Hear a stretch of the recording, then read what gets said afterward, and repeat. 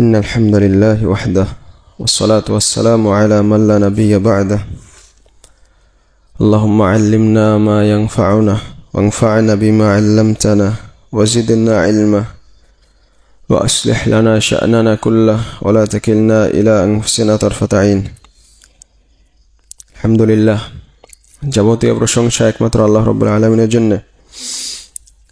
অতঃপর সালাত এবং সালাম নাজিল হোক সর্বশ্রেষ্ঠ নবী এবং রাসূল মুহাম্মদ সাল্লাল্লাহু আলাইহি ওয়াসাল্লামের উপর।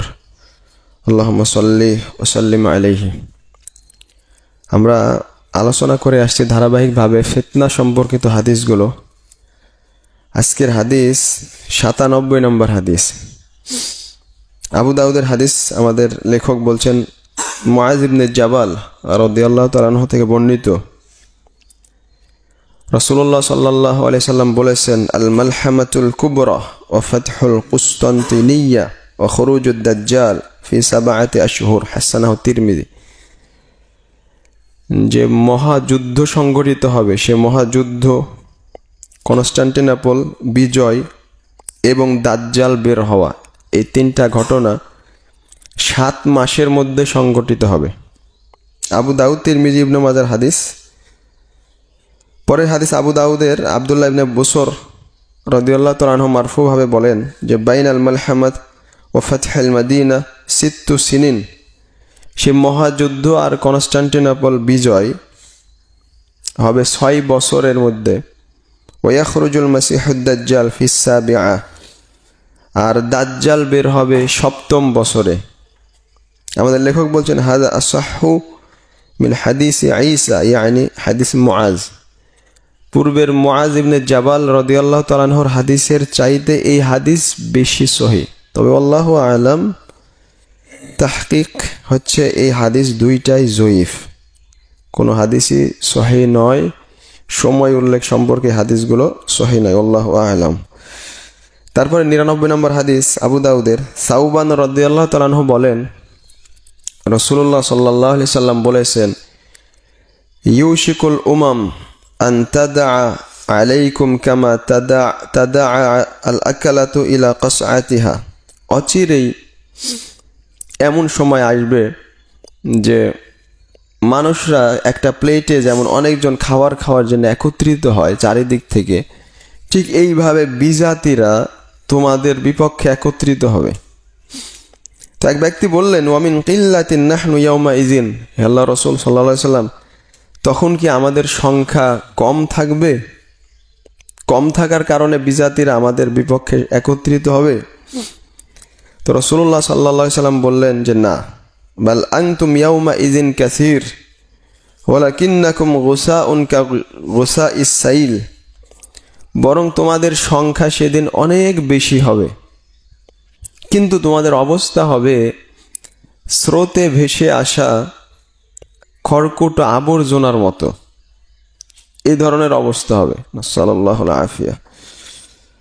ওয়ালা ইয়ানজাআন্নাল্লাহু মিন সুদুরি আদুউইকুমুল মাহাবাতা মিনকুম ওয়ালা ইয়াকযিফান্নাল্লাহু ফি কুলুবিকুমুল ওয়াহান।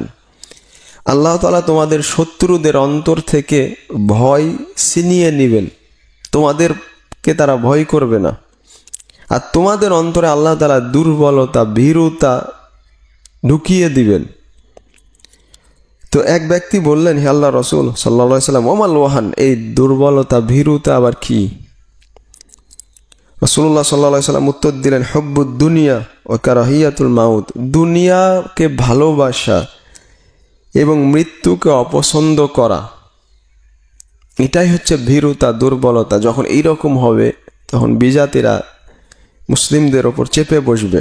সাল্লাল্লাহু আলাইহি। তো এই হাদিসে রাসূলুল্লাহ সাল্লাল্লাহু আলাইহি ওয়াসাল্লাম ভবিষ্যৎবাণী করে গেছেন, যেটা দেখছেন আরও ভবিষ্যতে হবে। মুসলিমদের অবস্থা এই ধরনের বন্যায় ভেসে আসা খড়কুটোর মতো। সাল্লাল্লাহু আলাইহি। তারপরে হাদিস সংক্ষেপ করে ওলি মুসলিমিন, সহিহ মুসলিমের হাদিস আবু হুরায়রা রাদিয়াল্লাহু তাআলা আনহু বলেন, রাসূলুল্লাহ সাল্লাল্লাহু আলাইহি সাল্লাম বলেছেন, লা তাকুমুস সাআ হাত্তা ইয়াহসিরাল ফুরাতু আন জাবালিন মিন যাহাব। ততদিন কিয়ামত হবে না যতদিন না ফোরাত নদী একটা স্বর্ণের পাহাড় বের না করবে। ফরাত নদী শুকিয়ে সেখান থেকে স্বর্ণের একটা পাহাড় বের হবে। ইয়াকতাতিলুন নাসু আলাইহি, মানুষরা এই স্বর্ণের জন্য তখন পরস্পর লড়াই শুরু করবে। ফায়ুকতালু মিন কুল্লি মিআতিন তিসআতু ওয়া তিসউন, তখন 100 জনের মধ্যে 99 জন মানুষই মারা যাবে। ওয়ায়াকুলু কুল্লু রাজুলিন মিনহুম লাআল্লি আকুনা আনা আল্লাযী আনজু, তখন প্রত্যেকেই বলবে যে সম্ভবত আমি এই একজন যে বেঁচে থাকবো, আমি বেঁচে থাকবো। এভাবে 100 জনের 99 জনই মারা যাবে। সহিহ বুখারীর বর্ণনাতে আছে ফামান হাদারাহু ফালা ইয়াখুয মিনহু শাইআ, ফোরাত নদী যখন ওই স্বর্ণ বের করে দিবে তখন যে সেখানে উপস্থিত থাকবে সে যেন ওই স্বর্ণ থেকে কিছু না নেয়। রাসূলুল্লাহ সাল্লাল্লাহু আলাইহি ওয়াসাল্লাম নিষেধ করে গেলেন। আমাদের ব্যাখ্যাকার বলছেন, এক লাইন একটু যোগ করি, ইযা হাসারা মাউল ফুরাত ইয়াতাকাতালুনা আলাইহি হাযা মিন ইনশিগালিহিম বিদ-দুনিয়া ওয়াত-তামা ওয়া হাযা হুয়া আল্লাযী আযাল্লাহুম আমামা আদুওয়িহিম, যখন ফোরাত নদীর পানি শুকিয়ে যাবে, স্বর্ণ বের হবে, মানুষের জন্য তখন লড়াই করবে, কারণ দুনিয়া নিয়ে ব্যস্ত থাকা, দুনিয়ার প্রতি আসক্ত হওয়া, আর এটাই তাদেরকে তাদের শত্রুদের সামনে লাঞ্ছিত করবে। মানুষ যখন দুনিয়া নিয়ে ব্যস্ত থাকবে তখন এটাই তাদেরকে তাদের শত্রুদের সামনে লাঞ্ছিত করে ছাড়বে। নাসাল্লাহুল আফিয়া। তারপরে হাদিস সহিহ মুসলিমের, এগুলো সব সহিহ যেগুলো বলছি।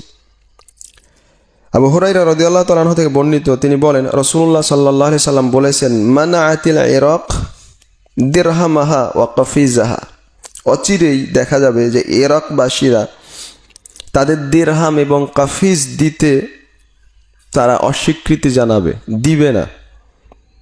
কাফিজ কি? কাফিজ হলো ইরাকদের একটা প্রসিদ্ধ একটা পরিমাপ।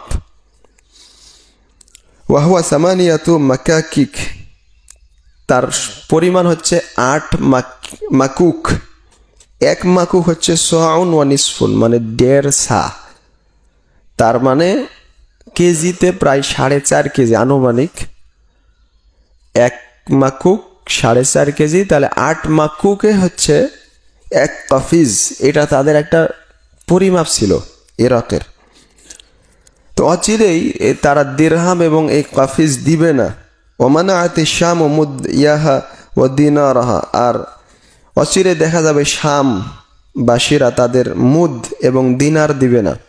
মুদ তাদের শামদের একটা সুনির্দিষ্ট পরিমাপ, যেটার এখন সিরিয়া, জর্ডান, ফিলিস্তিন, লেবাননের যে পরিমাপ, ওগুলো সিরিয়া, শাম।